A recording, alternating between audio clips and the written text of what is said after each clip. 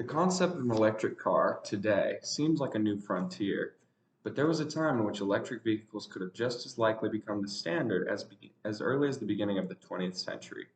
It's hard to imagine from today's perspective a world in which internal combustion vehicles don't populate the streets and play some sort of role in our day-to-day lives.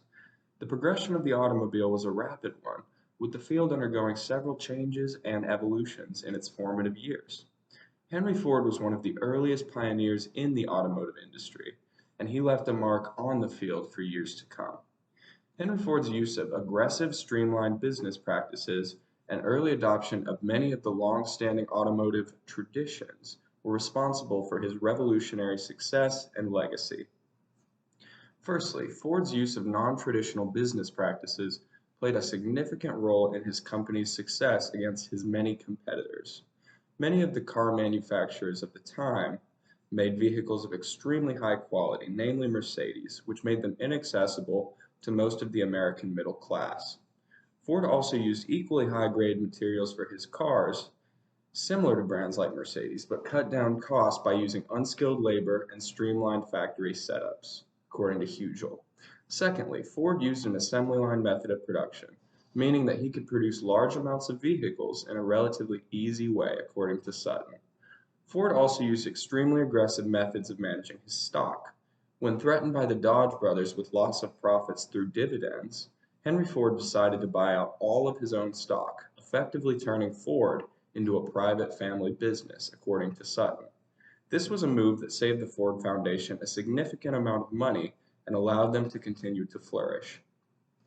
Ford also used several methods to surpass his competitors. Because of his various cost-cutting measures, his vehicles were far more reasonably priced than his competitors, which opened up the market for those who wanted a personal vehicle for themselves, but didn't necessarily have an exorbitant amount of disposable income, according to Wells. Additionally, Henry Ford's choices to present the automobile in the way that he did worked extremely successfully and had an impact that affects the way that cars are manufactured to this day. Firstly, Ford designed his cars specifically for the poor quality roads in rural America, according to Hugel. This made them a more desirable option for Americans without access to smooth quality roads.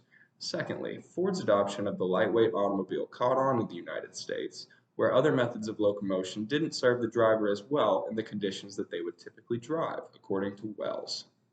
Additionally, Ford's adoption of the internal combustion engine found more success than other methods of locomotion in America, such as electric or steam-powered vehicles, according to Wells. The spike in popularity and affordability of the automobile in the United States, due to Ford's cost-cutting measures combined with America's fascination with individuality at the time, led to the rise of the so-called pleasure car, a phrase detailing a personal car whose primary purpose is to have fun. The internal combustion engine was the far more exciting engine setup for a pleasure car in the minds of the American buyers, according to Wells. As you can see here, Ford would also offer different tiers and options for their automobiles, which effectively opened up the market for buyers who otherwise might have ventured outside of the Ford family to find an option that would better suit their needs. Seen here are the touring, four-door, runabout, and coupe options for the Model T, all designed for different purposes and budgets. This was a practice that was pioneered first here and has continued to see success into the contemporary era of automobiles.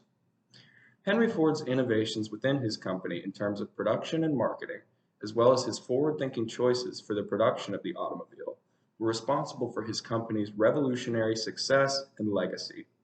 Without Ford's impact at the dawn of the automotive era, there's no telling what the automotive landscape would look like today, and whether or not the automobile would have caught on as heavily as it did at all.